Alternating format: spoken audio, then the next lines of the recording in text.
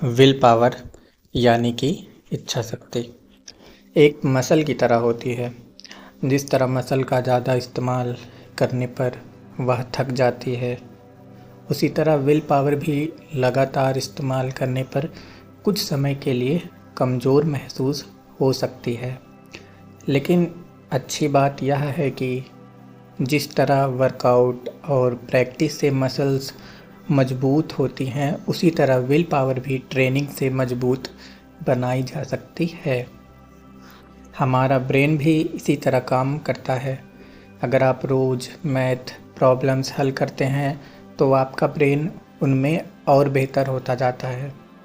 अगर कोई व्यक्ति रोज़ जगलिंग की प्रैक्टिस करता है तो ब्रेन का वही हिस्सा विकसित होने लगता है जो उस स्किल से जुड़ा होता है। ठीक इसी तरह जब हम बार बार अपनी विल पावर का इस्तेमाल करते हैं तो वह भी धीरे धीरे मजबूत होती जाती है। एक छोटा सा एक्सरसाइज कीजिए। मान लीजिए शरीर कहता है स्ट्रेच करो, लेकिन आप खुद से कहें नो, अभी नहीं।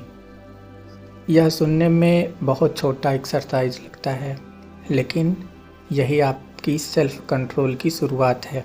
छोटे छोटे डिसीजन आपकी विल पावर को हर दिन मजबूत बनाते हैं।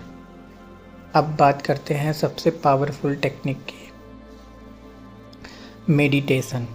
जब आप मेडिटेशन करने बैठते हैं तो आपका फोकस ईश्वर पर, अपनी सांसों पर या किसी एक ऑब्जेक्ट ऑफ मेडिटेशन पर होता है।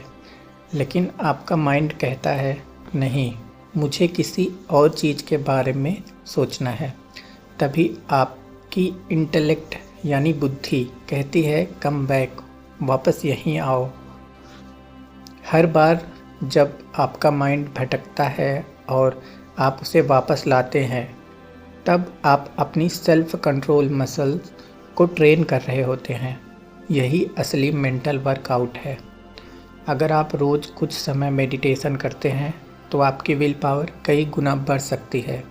और सबसे ख़ास बात, ज़रूरी नहीं कि मेडिटेशन में आपका माइंड पूरी तरह शांत हो जाए। अगर वह बार बार भटकता है और आप हर बार उसे वापस लाते हैं तो समझिए हर बार आपकी विल पावर पहले से और मजबूत हो रही है। याद रखिए, फोकस और सेल्फ कंट्रोल एक ऐसी स्किल है जो जीवन के हर क्षेत्र में आपकी मदद करती है। इसलिए रोज़ थोड़ा समय मेडिटेशन को दीजिए और अपनी विल पावर को इतना मजबूत बनाइए कि आपका माइंड आपकी इच्छाओं का मालिक नहीं, बल्कि आपका सबसे आज्ञाकारी साथी बने।